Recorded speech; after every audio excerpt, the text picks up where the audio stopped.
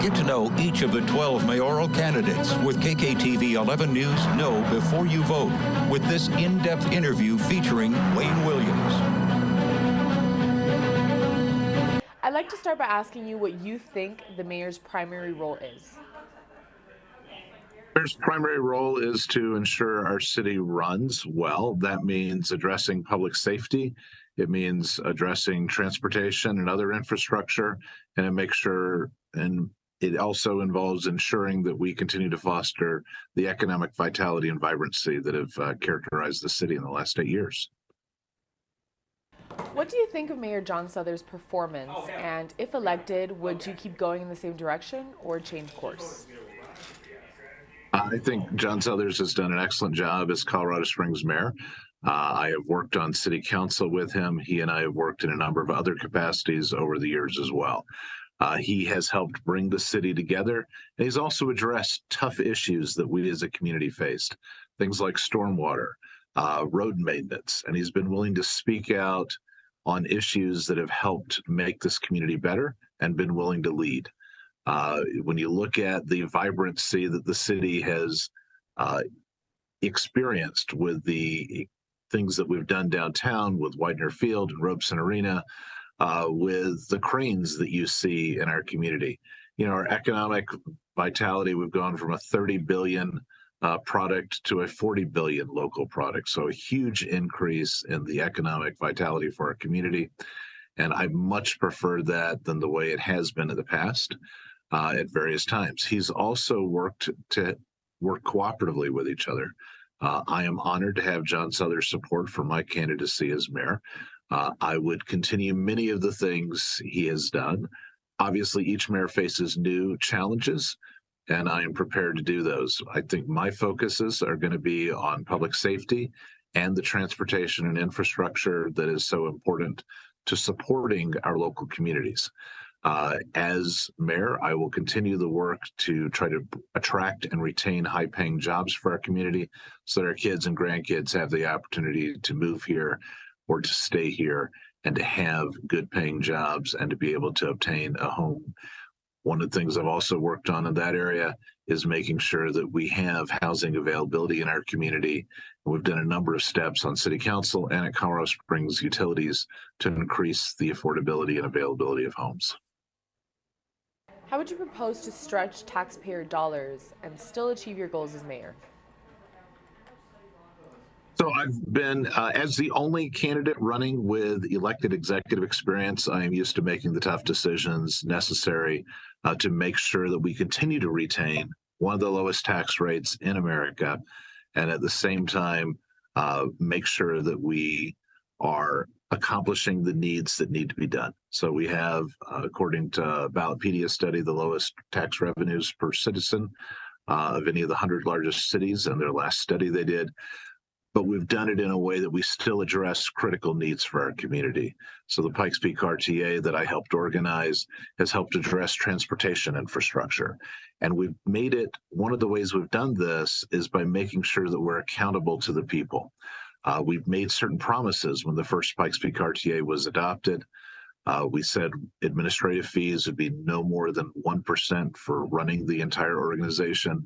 We've actually kept them substantially below that number. We promised specific projects, and we delivered on those specific projects. And the result is that 79.5% of the people of this community renewed the Pikes Peak RTA initially and then just did again for a second time in November. And that's because we've delivered on the promises that we made when we created it. In other areas of government, we are able to be successful because we work closely with our nonprofit community. We work with various organizations to help bring things to pass, and that's what we need to continue to do. The city government is not an island, and we need to make sure we recognize that responsibility to work with our neighbors and collaborate with those in government in Denver and DC, but also focused on our business community, our nonprofit community, our neighborhoods here in Colorado Springs. How can the mayor have an impact on homelessness in the region?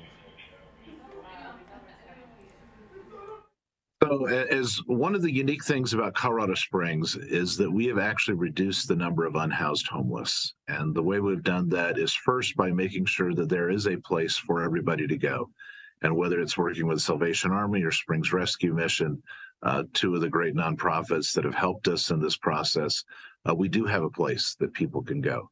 And that means we are able to enforce our no camping zones, enforce our sit lie ordinance that prohibits individuals from blocking access to a business or a home.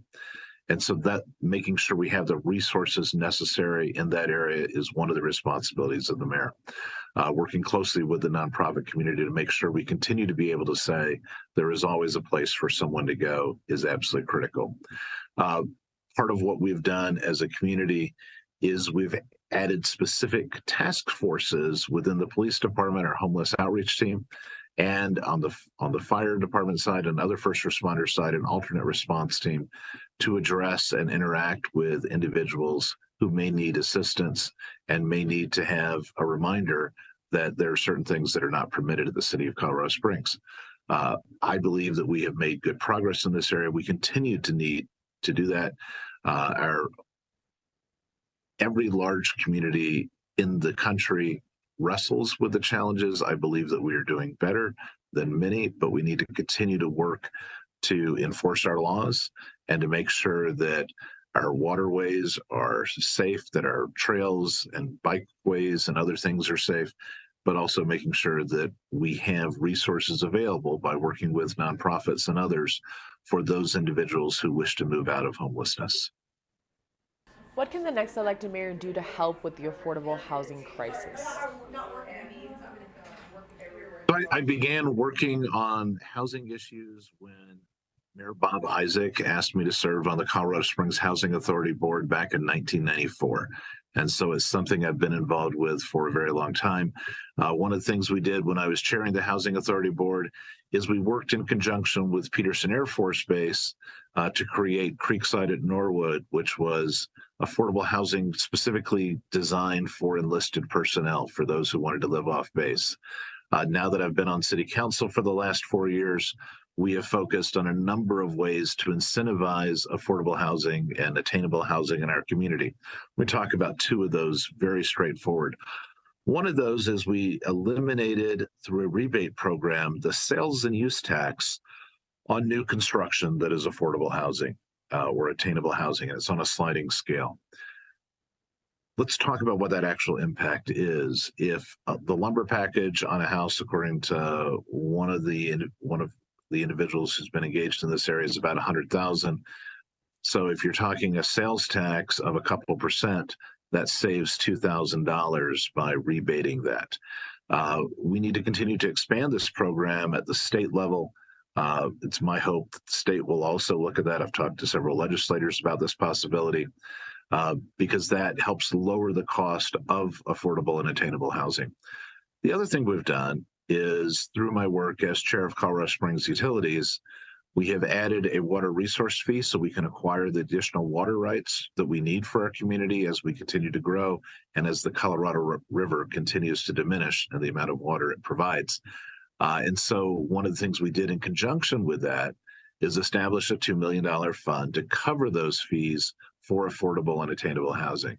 So these are a couple of the direct things that I've done on Colorado Springs City Council and as chair of Colorado Springs Utilities. We've added over 1,000 units of affordable or attainable housing each of the last 4 years that I've been on City Council. I will continue that work as mayor.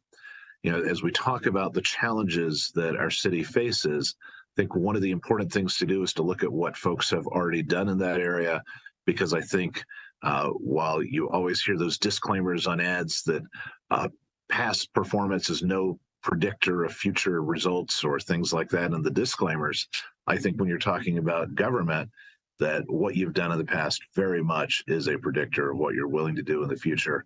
And these are issues that I've been intensely involved with and work to actually provide real solutions. How should Colorado Springs handle city growth given the water constraints in the West? So shortly after I joined the board of Colorado Springs Utilities, I was elected vice chair and then chair. And so these are water issues and others are things that I've been working on since the very beginning. We have, through a innovative method, obtained the ability to acquire up to 15,000 acre feet, enough for 100,000 people from Benton County, who've actually bought 3,000 of those acre feet already. Let me explain what we've done. Rather than the old buy and dry method, where you would see a municipality go in, buy a farm, take all the water, and then leave it barren, we are instead working with farmers in the Arkansas Valley to upgrade their irrigation systems and then buy the water that is saved.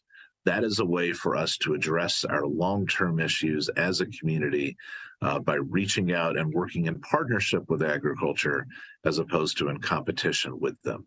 That allows us to acquire senior water rights that balance out the portfolio we have currently, which right now is 70% coming out of the Colorado River when you count reuse. Given the challenges on the Colorado, it's absolutely essential that we be aware of these lower flows in the Colorado than used to be there. That means we as a community have to be prepared for possible curtailments in our Colorado River supply.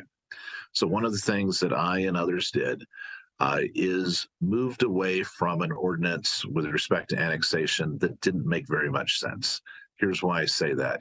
The pre-existing ordinance said we would continue to annex property as long as there was enough water for, quote, the foreseeable future, close quote. I don't know what that means, and I suspect that there are very few residents in Colorado Springs who have a sure knowledge as to what foreseeable future means, which meant it became an arbitrary system, a system that did not have standards that were accountable and verifiable. And so we on City Council just adopted a new ordinance that said, look, if we're going to annex property, we need to make sure there's enough water in our community now, and we need a buffer because you can't run it right up to the edge. And so we established the proposal from our professional staff at Colorado Springs Utilities was a 30% buffer, so 130% necessary. In a compromise, what we adopted was 128%. This allows us to address two issues. One is possible curtailment in Colorado River flows, and the second is making sure that we have that lead time necessary. So as we have additional water demands, we can't get the water instantly. It takes, in some cases, years or even more than a decade in order to obtain that water. And so we need to have that lead time as our community. Through the actions that we've taken at Colorado Springs Utilities, we have, and on City Council, we have assured our community that those water resources are available. And the first priority absolutely must be those who already live and own property in our community, as opposed to those who would like to come in.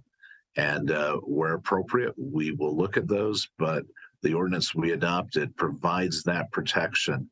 And I know there are folks who wish we had absolutely abundant water. I think all of us do, but we have to deal with the reality, and we must protect Colorado Springs. And that's why I'm honored to be part of the group that adopted this new ordinance and replaced the foreseeable future with an actual numerical buffer that says this is how much we need to have. That buffer changes as we go forward.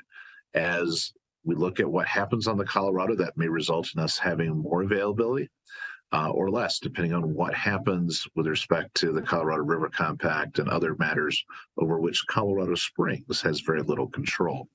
But it also changes as we continue to acquire additional water rights, which is something I've been doing during the time that I have chaired Colorado Springs Utilities. So these water issues are absolutely critical for our community. We've addressed them, and I believe it's important to continue to address them as a community. We've also worked together to establish a task force.